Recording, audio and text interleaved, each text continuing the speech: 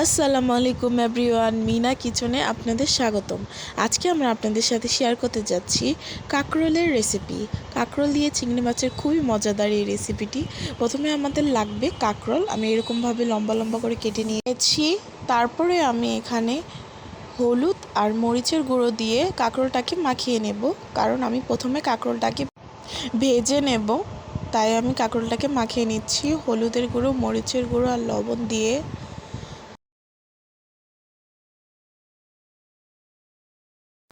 তারপরে আমি কড়াইতে কিছুখানি তেল দিয়ে নিয়েছিলাম কাঁকরোলগুলোকে ভাজার জন্য। এখন একে একে করে আমি সবগুলো কাঁকরোল দিয়ে দিব, আর এই যে দেখুন এরকমভাবে ভেজে নেব। আমি কড়াইতে আবার কিছুখানি তেল দিয়ে চিংড়ি মাছগুলো ভেজে নেব।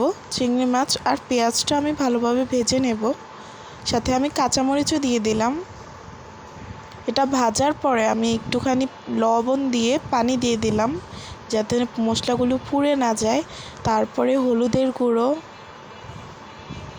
মরিচের গুঁড়ো দিয়ে দেব সামান্য পরিমাণ, বেশি পরিমাণে দেওয়া লাগবে না, কারণ যেহেতু আমরা কাঁকরোলটাকে হলুদ মরিচ দিয়ে ভেজেছি, তাই বেশি পরিমাণে দেওয়া দরকার নেই।